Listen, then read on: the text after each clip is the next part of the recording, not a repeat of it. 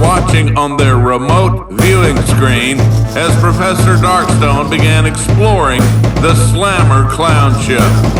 They designed and built the remote viewing screen, RVS, with help from the ship's artificial intelligence bot, Psi, after discovering the various capabilities of the Drost when they explored the stone castle and abandoned city before they took a ride in the 1960 Ford Thunderbird space tunnel ship and met Ogly Nogly. The RVS worked the same way as the fourth dimension drive-in movie screen, and there was a similar set of controls to select the desired scene or location to view. One of the Brainos, who was a Saber collaborator, told Bacher and Suzanne about Professor Darkstone's plan to surveil the Slammer clown ship, and this piqued Bacher's and Suzanne's curiosity.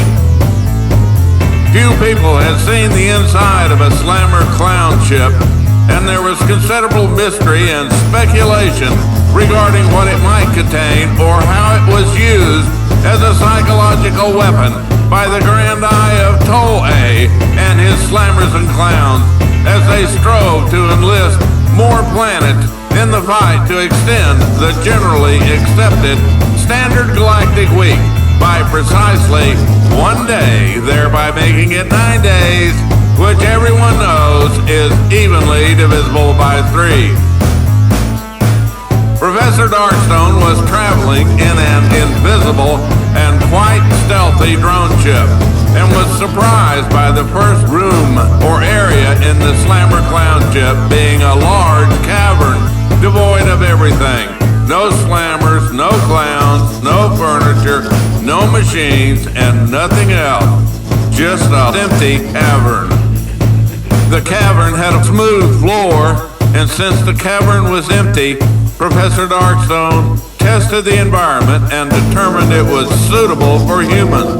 So he parked his invisible stealth drone ship and decided to go for a walk to explore the empty cavern. As Professor Darkstone walked around the empty cavern, he began noticing shadowy gray dots following him. And since they had a friendly and comforting behavior, he surmised they might be protectors like the ones at the stone castle. When he had this thought, a few of the protectors flashed a short pattern of lights to confirm Professor Darkstone's intuition. Professor Darkstone continued exploring the empty cavern, and after a while the protectors flashed a series of warning lights and then completely surrounded Professor Darkstone to cloak him. A few seconds later, a smaller Slammer clown ship teleported into the empty cavern, and a contingent of clowns disembarked and formed a line that in a surreal way resembled a Brazilian conga line, after which the clowns started dancing. Around this time, a large door appeared at the far wall of the empty cavern, and after it slowly opened, the Grand Eye of Toll-A and his entourage entered the empty cavern to the accompaniment of blaring trumpets and a small kazoo band. The clowns stopped dancing and immediately started honking their clown horns frantically. Something was afoot, but what it was appeared to be a mystery. Professor Darkstone, as well as Bacher and Suzanne, were baffled and more than a tiny bit intrigued, even though at present they did not know each other were witnessing this in real time. As apparently was customary, a flautist strode to the front of the Grand Eye of Toll-A's entourage and began playing a solo of melodic proportions to begin announcing the Grand Eye of Toll-A to the frantically honking clowns. The Grand Eye of Toll-A moved near the giant ball of string and made a simple statement. Grab your balls and hit the lanes, 'cause it's 2 for Tuesday and every third game is free. Abruptly turned around and walked back through the large sliding door, followed, of course, by his entourage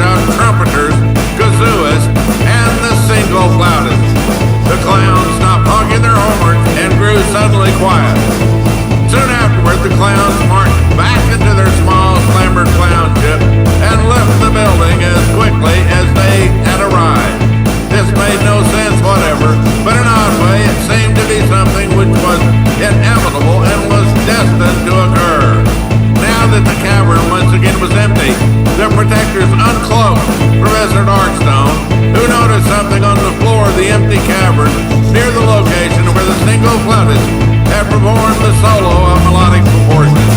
Professor Darkstone strode to the location of the object on the floor of the now empty cavern, and after pondering what to do, reached down and retrieved it. Examining the object led Professor Darkstone to surmise the object was a coin, and on one side it had an iconic representation of a set of bowling pins, while on the other side there was writing in a strange symbolic language that appeared to be blah blah blah blah blah blah blah blah. As this unusual sequence of events was happening, on a far distant planet, a babbler was providing moment-by-moment reporting in the style of a mumbling golf announcer, covering the activities of Bacher and Suzanne, Professor Darkstone, and their protectors as if they were playing a round of most unusual golf.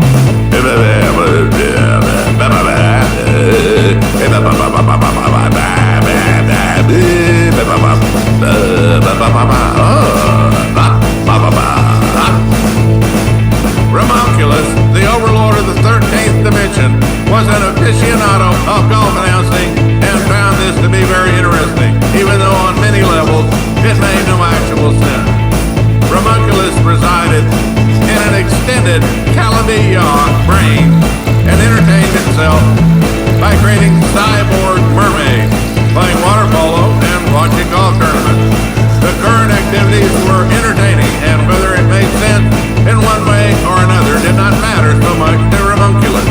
Ramonculus was very focused on determining what the grand eye of Tole, slammers, and clowns are planning to do, since certain of their potential activities could have disastrous effects on the stability of the 13th dimension and the existence of Ramonculus and his kind. The primary matter involved gravity, and this was the reason Ramonculus also monitored the gravity generator being built by Bacher and Suzanne on the asteroid. Insofar as Ramonculus was concerned, the less everyone in the lower dimensions knew about the true nature of gravity, the better. Let them continue to believe gravity is the weakest force of all. Let them continue to believe gravity is the weakest force of all.